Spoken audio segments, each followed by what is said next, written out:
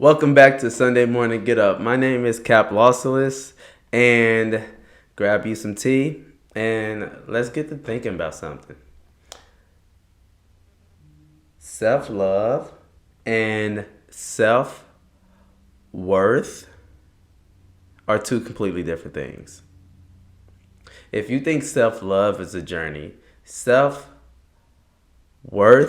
is an even harder journey, but both are absolutely necessary for the wholeness and the completeness of you.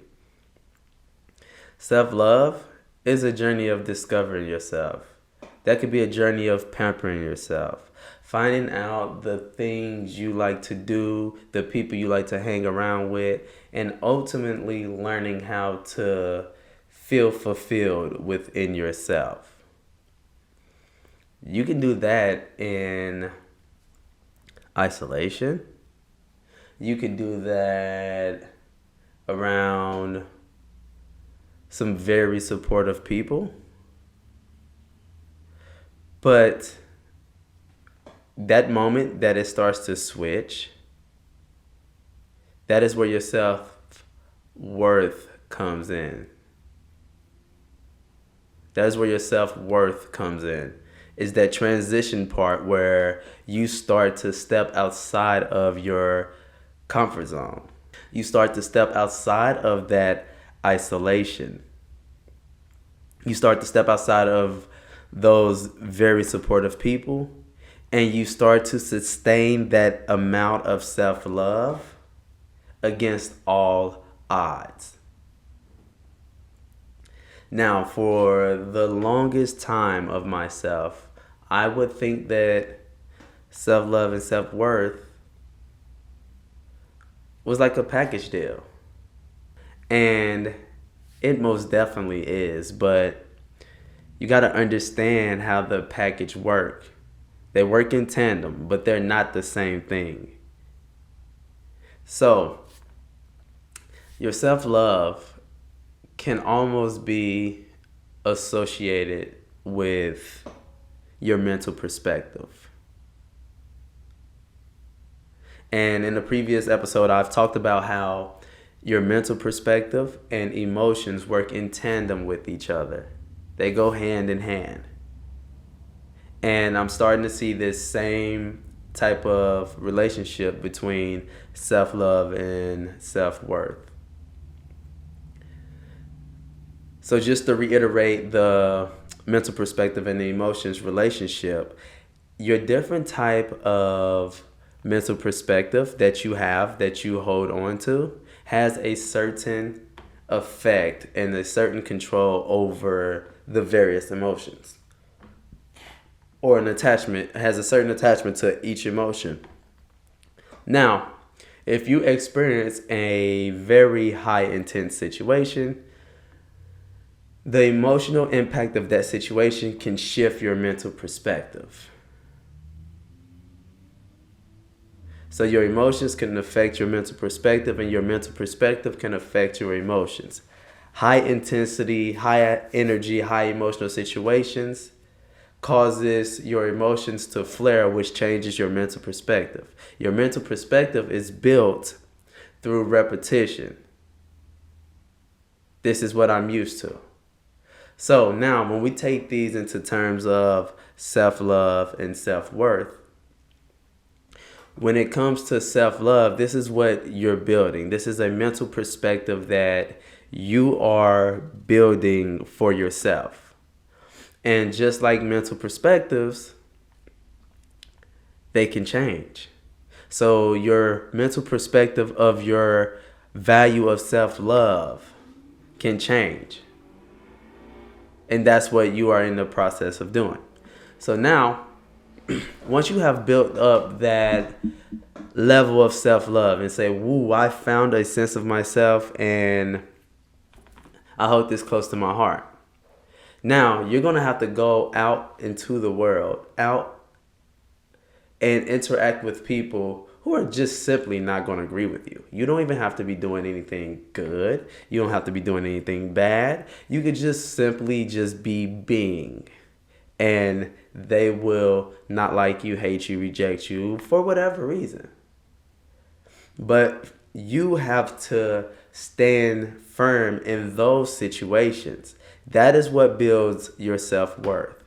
So you build this self-love in the background. It's almost like you're training. You build this mental perspective. And then you go out into the world and face the emotions that can shift your mental perspective. You go and face those emotions to build your self-worth. So you can bring your self-love mental perspective and clash it against those emotions so you are able to sustain that level of self-love by building your self-worth. Self-worth is simply like saying, okay, I'm facing this situation where I want to sacrifice the things that I may like, who I am, or what I want to be in order to fit into this situation, in order to be accepted by X, Y, and Z person. So you ask yourself the question, is me standing up for myself worth this, or is it not? And now, more personally, in my personal life, this is a journey of self-worth that it just recently hit me that I found my self-love, but I have yet to find my self-worth. And that's what I'm working on. So when I was in real estate, and this is just one of my most recent examples, I have plenty of more. But when I was in real estate, I was working with a real estate agent, and I was being his videographer at the time. And whatever he needed, videography wise, I was there to provide it, and I worked my ass off so he could have a really good product. I'm really cool with the person. It's like one of my best friends. So when I would be in there and I would work, I would see the worth that I valued him as. And it's like, okay, I'm gonna do what I can because I value you. Same thing when it comes to like buying people things. I could say, yeah, hell yeah, you deserve it. You deserve it all. But when it would come to myself, I would have a issue buying those things for myself. And the videography one really kind of stuck with me because as now, if you're listening to this on audio, this is also recorded on YouTube. And if you're looking at this on YouTube, then it's obvious what I'm about to say. I'm making videos for myself. At one point in time in my life, I wanted to be a YouTuber. And upon being a YouTuber, this was back in the vlog days, I made over 100 10-minute vlog videos every single day for however long that is. So I did that, and this is one of the moments in my life through self-analyzing is when I lost my self-worth to myself, because I was shooting the video, recording the video, editing the video, and publishing the video, because this was back when everyday vlogging was popping, and I wanted to make a name for myself. Well, I kind of did, but not as big as I wanted it to be. And so, end up giving up on that dream and hanging up my camera because I thought I wasn't good enough. Even though my skills had improved, I could see people that had way more viewer count and engagement than me, even though my stuff was better quality and also relevant content to what theirs was. But that's besides the point. Realizing that and seeing that made me give it up, and I thought I wasn't good enough. But I still kept using a video camera to shoot weddings. I became a wedding videographer. Started doing photography. But it came to that point in time where I was shooting these videos. I would stay up long nights because the people that was getting married was worth it. The real estate agent was worth it. The seniors in their high school, their senior pictures, they was worth it. Everybody was worth it in my mind. And at this moment, I still have my self-love. I love myself. But when it came to actually shooting a video for myself, when I wanted to, I would have all of these amazing ideas.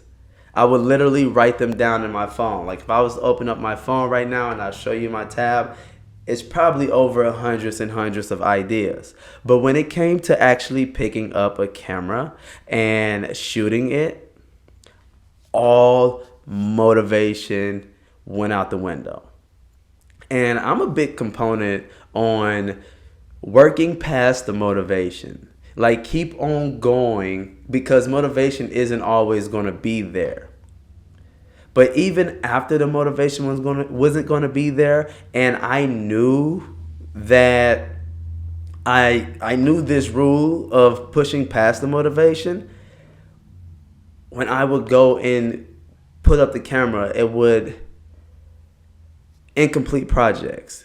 It's like you had this bright idea at the beginning of it.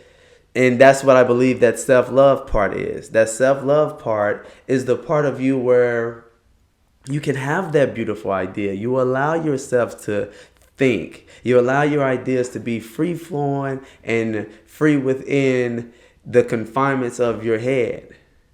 But when it comes to the self-worth, that bringing it externally out in the world, it's almost like there's no energy flowing to it, even though you want it to be. So it's been absolutely crazy and a wonderful experience to realize that about myself. And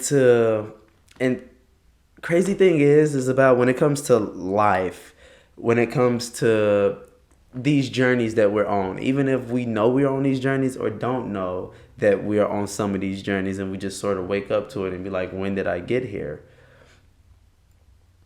It's all about realizations that will shift your perspective. And once you have that realization that will shift your perspective, lock into it. Do whatever you can to remember that realization.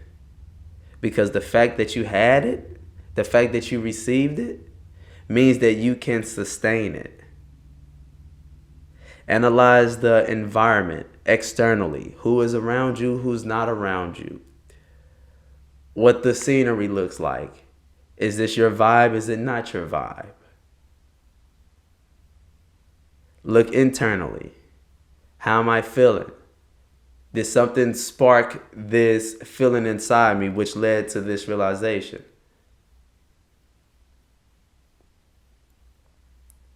And seek realizations.